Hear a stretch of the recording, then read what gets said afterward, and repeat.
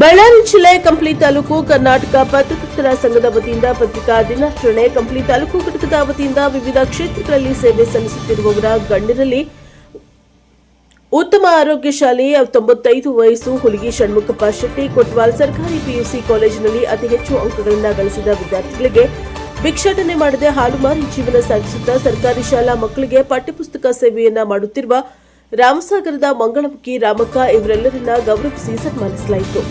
ಈ ಸಂದರ್ಭದಲ್ಲಿ ಕರ್ನಾಟಕ ಪತ್ರಕರ್ತರ ಸಂಘದ ಜಿಲ್ಲಾಧ್ಯಕ್ಷ ಯಾಳ್ಪಿ ವಲಿ ಭಾಷಾ ಮಾತನಾಡಿ, ಪತ್ರಕರ್ತರು ಸಮಾಜದ ಕಣ್ಣು ಮತ್ತು ಕಿವಿಯಾಗಿದ್ದು ಸತ್ಯ ಹಾಗೂ ನಿಷ್ಪಕ್ಷಪಾತ ಸುದ್ದಿಗಳನ್ನು ಜನರಿಗೆ ತಲುಪಿಸುವ ಮಹತ್ತರ ಜವಾಬ್ದಾರಿಯನ್ನ ಹೊತ್ತಿದ್ದಾರೆ ಎಂದು ಹೇಳಿದರು. ಪತ್ರಕರ್ತರ ನೋವು, ನಲಿವು, ವೃತ್ತಿಯಲ್ಲಿ ಎದುರಾಗುವ ಸವಾಲುಗಳು ಹಾಗೂ ಅವರ ಹಕ್ಕು ಸೌಲಭ್ಯಗಳ ಬಗ್ಗೆ ಸಂಘ ಸದಾ ಕಾಳಜಿ ವಹಿಸುತ್ತದೆ.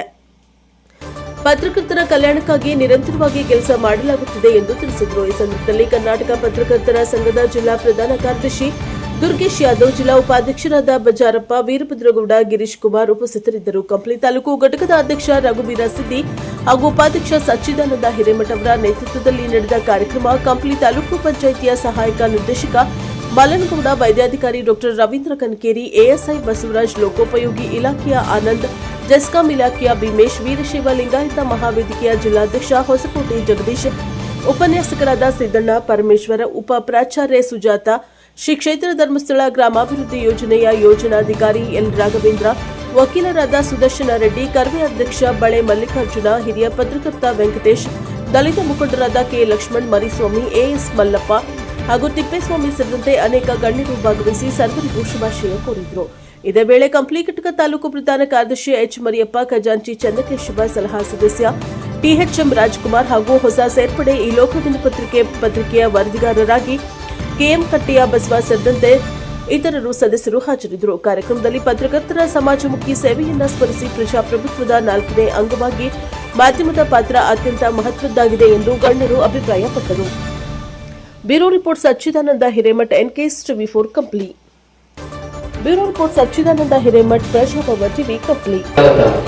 ಈ ಸೋಷಿಯಲ್ ಮೀಡಿಯಾದಲ್ಲಿ 70% ಫೇಕ್ ನ್ಯೂಸ್ಗಳು ಹರಿದಾಡ್ತಾ ಇದ್ದಾವೆ. ನಾವೇನ್ ನೋಡ್ತೀವಿ, ಅದನ್ನ ರೀಲ್ಸ್ ಅಲ್ಲಿ ನೋಡ್ತಾ ಇರ್ತೀವಿ. ಯಾವುದೋ ಒಂದು ಇದರಲ್ಲಿ ಇನ್ಸ್ಟಾದಲ್ಲಿ ಬಂದಿರ್ತದೆ, ಮೇಲೆ ಏನೋ ಬ್ಯಾನರ್ ಟೈಪ್ ಹಾಕಿರ್ತಾರೆ, ಇಂಥವ್ರ ಹೆಸರು ಹಾಕಿರ್ತಾರೆ, ಅಂತವ್ರು ಏನೋ ಮಾಡಿದ್ದಾರೆ ಅಂತ ಹೇಳಿ ವಿಚಾರಗಳು ಹೇಳಿರ್ತಾರೆ. ಅದರಲ್ಲಿ ನಾವು ಅದನ್ನ ಏನ್ ಮಾಡ್ತೀವಿ, ಅದನ್ನ ನೋಡಿ ನಿಜ ಅಂತ ಹೇಳ್ಕೊಂಡು ನಾವು ಫಾರ್ವರ್ಡ್ ಮಾಡೋದು ಶುರು ಮಾಡ್ತೀವಿ. ಫಾರ್ವರ್ಡ್ ಮಾಡೋದು ಶುರು ಮಾಡೋದ್ರಿಂದ ಒಂದು ನಮ್ಮ ಮನಸ್ಥಿತಿ ಕೆಟ್ಟೋಗುತ್ತೆ, ಇನ್ನೊಂದು ನಾವೊಂದು ಸುಳ್ಳು ಸುದ್ದಿ ನಾವು ಹರಡಿಸೋದು ಆ ತರ ಆಗ್ತೀವಿ. ಆ ತರ ಸಾಕಷ್ಟು ವಿಚಾರಗಳು ಈಗ ನಡೀತಿದ್ದಾವೆ. ಕಾನೂನು ಹೋರಾಟ ನಾವು ಮಾಡ್ಬೇಕಂದ್ರೆ ಅನ್ಕೊಂತೀವಿ. ನಮ್ಗೆ ವಿಶೇಷ ಅಂದ್ರೆ ಪತ್ರಕರ್ತರಿಗೆ ಇಡೀ ಕರ್ನಾಟಕದಲ್ಲಿ ಯಾರಿಗೂ ಸ್ಯಾಲರಿ ಇಲ್ಲ. ಯಾಕಂದ್ರೆ ರಾಜಕಾರಣಿಗಳು ಮನೆ ಕಟ್ತಾರ, ರಾಜಕಾರಣಿಗಳು ಒಂದು ಕಾರ್ ತಗೊಳ್ತಾರ, ಆಮೇಲೆ ಇನ್ನೂ ಮೇಲ್ಮೇಲೆ ಐಆರ್ ಆಫೀಸರ್ಸ್ ಎಲ್ಲಾದ್ರೂ ತಗೊಳ್ತಾರೆ. ಬಟ್ ಪತ್ರಕರ್ತರ ಹತ್ರ ಕಾರ್ ಇರಲ್ಲ, ಒಂದು ನಿವೇಶನ ಇರಲ್ಲ, ಮನೆ ಇರಲ್ಲ. ನಮ್ಮ ರಾಜ್ಯ ಸರ್ಕಾರದಿಂದ ಅವ್ರು ಏನಾರ ಮಾಡ್ಕೊಡ್ಬೇಕಂತೇಳಿ ನಮ್ಮ ರಾಜ್ಯ ಸರ್ಕಾರ ನಾವು ಮನವಿ ಮಾಡ್ಕೊಳ್ತೀವಿ ಮುಂದೊಂದು ದಿನದಲ್ಲಿ. ಅದೇ ರೀತಿಯಾಗಿ ಅಂದ್ರೆ ನಮಗೆ ಎಲ್ಲಿ ನ್ಯಾಯ ಸಿಕ್ಕಿಲ್ಲ ಅಂತಂದ್ರೆ ಪತ್ರಕರ್ತರ ಹತ್ರ ನ್ಯಾಯ ಸಿಕ್ಕಂತೇಳಿ ನಾವು ವಿದ್ಯಾರ್ಥಿಗಳು ಹೇಳಕ್ ಇಷ್ಟಪಡ್ತೀವಿ. ಯಾಕಂದ್ರೆ ಇವಾಗ ಸ್ಟೇಷನ್ಗೆ ಹೋಗ್ತೀವಿ, ಇನ್ನೊಂದು ಆಫೀಸ್ಗೆ ಹೋಗ್ತೀವಿ, ಎಲ್ಲಿ ನಮಗೆ ನ್ಯಾಯ ಸಿಕ್ಕಿಲ್ಲ ಅಂದ್ರೆ ಲಾಸ್ಟ್ಗೆ ಯಾರು ಆಪ್ಷನ್ ಬರ್ತಾ ಫ್ರೀಯಾಗಿ ಸಿಗೋದು ನಮಗೆ ಅಂದ್ರೆ ಈಜಿಯಾಗಿ ಸಿಗೋದ್ರೆ ಪತ್ರಕರ್ತರೆ. ಹಂಗಾಗಿ ರವಿ ಬೆಳಿಗ್ಗೆ ಸಾರ್ ಹೇಳಿದ್ರು. ಯಾಕಂದ್ರೆ ರವಿ ಬೆಳಿಗ್ಗೆ ಸಾರ್ ನನಗೆ ಸ್ಟೇಜ್ ಮೇಲೆ ನಿಂತು ಮಾತಾಡ್ಬೇಕಂದ್ರೆ ರವಿ ಬೆಳಿಗ್ಗೆ ಸಾರ್ ನಾವು ಡೈಲಿ ಪೇಪರ್ ಓದುವಂಥದ್ದು, ನ್ಯೂಸ್ ನೋಡುವಂಥದ್ದು ಒಂದು ಅಭ್ಯಾಸ ಮಾಡ್ಕೋಬೇಕು. ನೀವು ಗಂಟೆಗಟ್ಟಲೆ ರೀಲ್ಸ್ ನೋಡ್ತೀರಿ, ಖುಷಿಯಿಂದ ಇಷ್ಟಪಟ್ಟು ಶಾಲೆಗಳಿಗೂ ತರ್ತೀರಿ, ಕಾಲೇಜುಗಳಿಗೂ ಮೊಬೈಲ್ಸ್ ತರ್ತೀರಿ, ಕ್ಲಾಸ್ ಅವರ್ಸ್ ಅಲ್ಲಿ ಕೂಡ ಅದ್ರಲ್ಲಿ ಯೂಸ್ ಮಾಡ್ತಾ ಇರ್ತೀರಿ. But use it for a good purpose. ಅದನ್ನ ನೀವು ನ್ಯೂಸ್ ಆಗಿದ ನಂತರ ಏನ್ ಕೋರ್ಸ್ ಗಳಲ್ಲಿ ಜಾಯಿನ್ ಎಲ್ಲ ಆತ್ಮೀಯ ವಿದ್ಯಾರ್ಥಿಗಳು, ಪ್ರಪಂಚದಲ್ಲಿ ಏನೇ ಫಾಸ್ಟ್ ಆಗಿ ನಡೆದ್ರು ಕೂಡ ನಾವು ಅದನ್ನ ಕೋಪ್ ಅಪ್ ಮಾಡಿ ತುಂಬಾ ಕಷ್ಟ.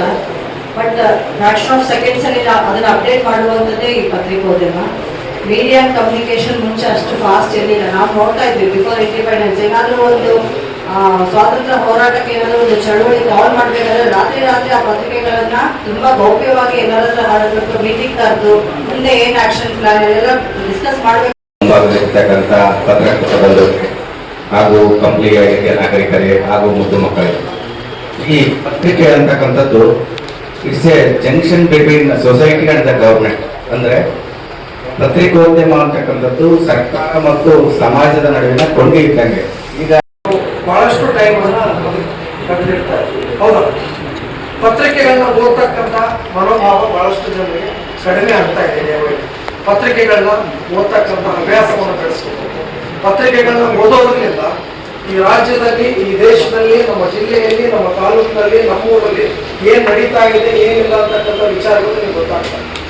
ಬಟ್ ನಾವು ಮೊಬೈಲಲ್ಲಿ ಏನು ನಾವು ಕಾಲಹರಣ ಮಾಡ್ತೀವಲ್ಲ, ಒಂದಿಷ್ಟು ಸ್ಮಾಲ್ ಯಂತ್ರ ಇಡೀ ನಮ್ಮ ಮನುಷ್ಯವನ್ನ, ನಮ್ಮ ನಿಯಂತ್ರಣ, ನಮ್ಮ ಏಕಾಗ್ರತೆ ಏನಿದೆಯಲ್ಲ ಅದರ ಮೇಲೆ ನಮ್ಮನ್ನ ಆಕರ್ಷಣೆ ಅಂತವರು ನ್ಯಾಯ ಕೊಡಿಸುವ ನಿಟ್ಟಿನಲ್ಲಿ ಪತ್ರಿಕೋದ್ಯಮ ಪ್ರಜಾಪ್ರಭುತ್ವದಲ್ಲಿ ತುಂಬಾ ಅಗತ್ಯವಾಗಿ ಬೇಕಾಗ್ತದೆ.